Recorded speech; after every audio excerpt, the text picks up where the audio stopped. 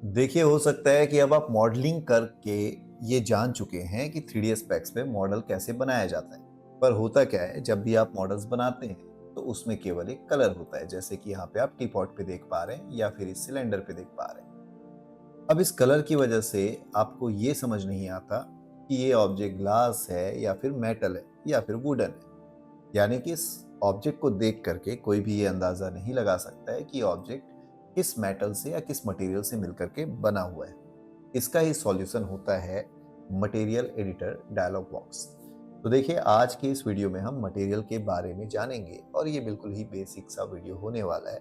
तो आप ध्यान से देखें, ये बिल्कुल शुरुआत है, तो बिल्कुल भी कॉम्प्लिकेटेड नहीं है। चलिए, तो हम बात कर रहे थे मटेरियल का और ये भी समझ गए कि मटेरियल हम क्यों यूज करते हैं, क्योंकि हमें अपने ऑब्जेक्ट के प्रॉपर्टी को सेट करना होता है, स्पेशली सरफेस प्रॉपर्टी को, और लोगों को ये पता चले कि हमने जो ऑब्जेक्ट बनाया है वो कौन से मटेरियल से बना हुआ है।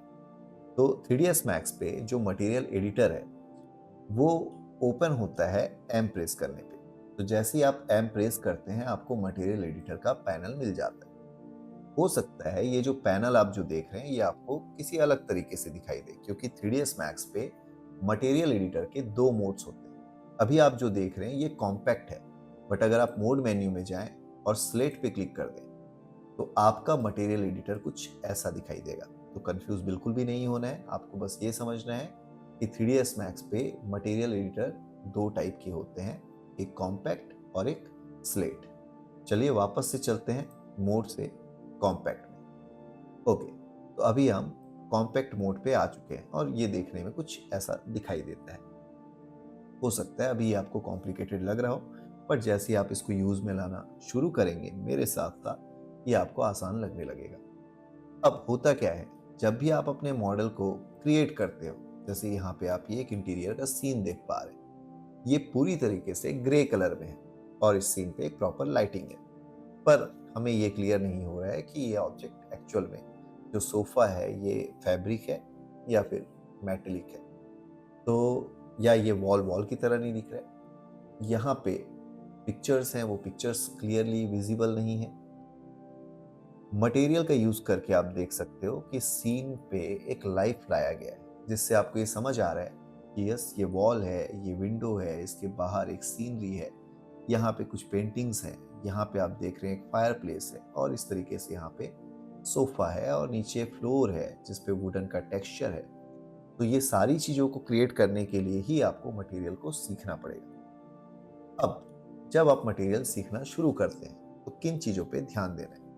सबसे पहले तो आपको ये समझना है कि हम यहाँ पे मटेरियल एडिटर डायलॉग बॉक्स में मटेरियल कहते हैं इन सभी स्लॉट्स को। तो देखिए, स्लॉट्स पे रखा हुआ ये जो आपको गोल सा स्फेयर दिखाई दे रहा है ये एक्चुअल में हमारा मटेरियल है। तो आप इतने सारे मटेरियल इसमें तैयार कर सकते हो जितने बॉल्स आपको दिखाई दे रहे हैं। जरूरत पड़ने पे आप नंबर ऑफ स्लॉट्स जो है उसको इंक्रीज कर सकते हो और जितने चाहे उतने मटेरियल बना सकते हो। तो आपको बिल्कुल कंफ्यूज नहीं होना है, क्योंकि जब आप इसको ड्रैग करते हो तो आपको लगता है कि केवल इतने ही स्लॉट हैं और क्या होगा अगर मेरे सीन में इससे ज़्यादा मटेरियल की डिमांड होगी। तो ऐसे सिचुएशन पे हम मटेरियल को अपडेट कर सकते हैं, आगे देखेंगे। फिलहाल यहाँ पे हम बेसिक मटेरियल की प्रॉपर्टी देखते हैं। तो देखिए, अगर मैंने यहाँ पे से ये पहला स्फेयर सेलेक्ट किया, मैंने पहला स्लॉट सेलेक्ट किया, तो इस जगह पे शो करता है कि मैं कौन सा मटेरियल पे काम कर रहा हूँ। अभी यहाँ पे मैं यूज कर रहा हूँ फिजिकल मटेरियल। तो अगर मुझे अपने मटेरियल के टाइप को बदलना है तो क्लिक करना है। आप देखोगे यहाँ पे एक मटेरियल मैप ब्राउजर आ चुका है। यहाँ पे क्लिक करने पे जहाँ मटेरियल लिखा हुआ है आप मटेरियल के टाइप को बदल सकते हैं जो भी यहाँ पे अवेलेबल है। ओके, तो इस जैसे कि अभी मैं यहाँ पे चेंज कर देता हूँ स्टैंडर्ड सरफेस। ओके, तो आप देखें फिजिकल सरफेस से हम आ चुके हैं स्टैंडर्ड सरफेस पे। तो ये तो हो गया मटेरियल का टाइप। इसके अलावा अगर मैं इस पे नीचे आ जाऊं तो आपको मिलेगा एक मैप का सेक्शन। ओके, तो जैसे ही मैं सारे रोल आउट क्लोज कर रहा हूं आपको यहाँ नीचे मैप का सेक्शन मिलेगा। तो आपको मटेरियल के टाइप्स सीखने होंगे और मैप्स जो है इसके भी टाइप्स के बारे में सीखना पड़ेगा। ये हमने अभी तक क्लियर कर लिया। अब आता है कि अगर मैंने जो मटेरियल बनाया है उसको इस ऑब्जेक्ट पे अप्लाई करना है तो क्या करें?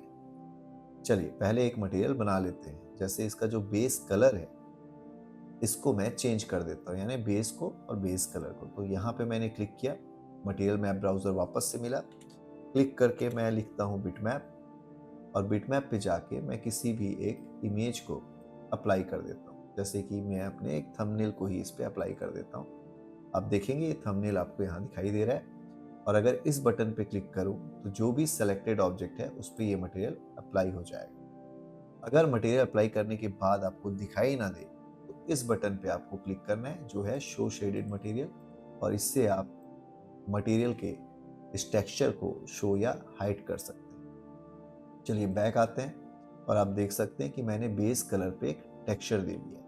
तो रेंडर करने पे टी पॉट पे आपको ये जो टेक्सचर है या ये जो मटेरियल पे मैंने जो मैप अप्लाई किया है वो दिखाई देगा। तो ये तो है बहुत ही सिंपल सा प्रोसेस जिसमें हमने ये जाना कि 3ds Max पे मटेरियल का काम क्या है। हमने जाना 3ds Max पे मटेरियल एडिटर मिलता कहाँ से है। इसके अलावा हमने जाना मटेरियल के टाइप्स के बारे में और मैप के बारे में। फिर हमने जाना किस तरीके से आप अपने ऑब्जेक्ट पे मटेरियल अप्लाई कर सकते हैं। तो ये था आज का वीडियो। अगर आपने इसको यहाँ तक देख लिया है तो यार लाइक करें, कमेंट करके बताएं कि आप 3ds Max कब से सीख रहे हैं, और अगर इसी तरीके से लगातार 3ds Max अच्छे से सीखना चाहते हैं तो इस चैनल को सब्सक्राइब कर लें। मैं कोशिश करूंगा कि आपको ज़्यादा से ज़्यादा नॉलेज जो मेरे पास है वो शेयर कर सकूं इस चैनल के माध्यम से। तो मिलते हैं अगले वीडियो में, तब तक के लिए लेते रहें VFX वाला ज्ञान। धन्यवाद।